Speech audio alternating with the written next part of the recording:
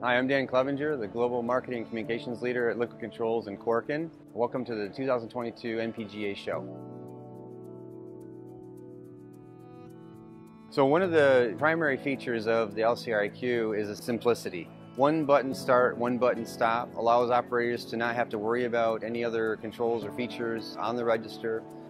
That's the most simplest form. Other features that we've added to this are we call definable prompts. As the fueler starts to process a fueling transaction, they can enter in a customer ID number, the driver ID number, and for LPG, a starting tank percentage, so we'll say 10%.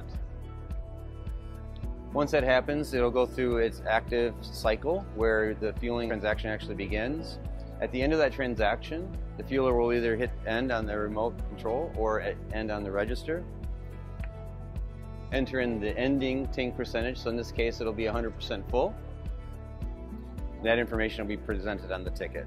A lot of our customers currently today operate with LCR2s, and there's been a lot of question around the compatibility between LCR.iQ and the LCR2s. The beauty of our platform is that it's built based on LCP communication technology between our registers and any outside service, back office, or handheld. Inside this register has all the fields plus additional fields including tank level gauging and others that would be unique and necessary for an operator to be able to not only monitor their fleet, but also have an operator who will be able to know when they're getting close to an tank scenario. One of the primary differences in terms of using this register is going to be how it's set up. With LCR2s, most of our customers are accustomed to using Easy Command to be able to set up all of the settings inside an LCR2. Now you don't have to use that extra software. Now we can do it all on screen here.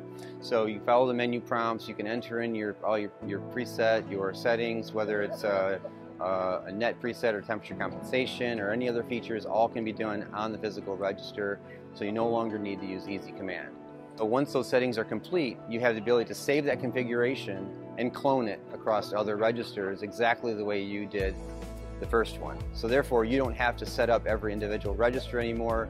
You can save multiple configurations for multiple scenarios and be able to easily import them into your future registers. Or if you want to do a fleet change, it's as simple as plugging in the USB stick, saving the configuration, and moving on to the next one without having to plug in an extra computer such as Easy Command.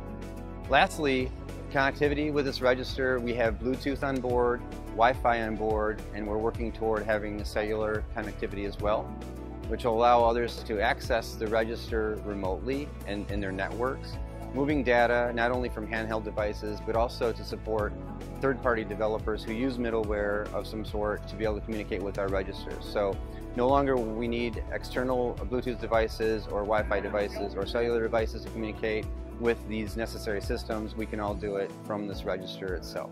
One of the keys to the LCR.iQ is the fact that it was not just built around process, it was built around the user. A lot of design and considerations around the user experience, meaning the fueler, the operator, is to keep it as simple and easy to use as possible.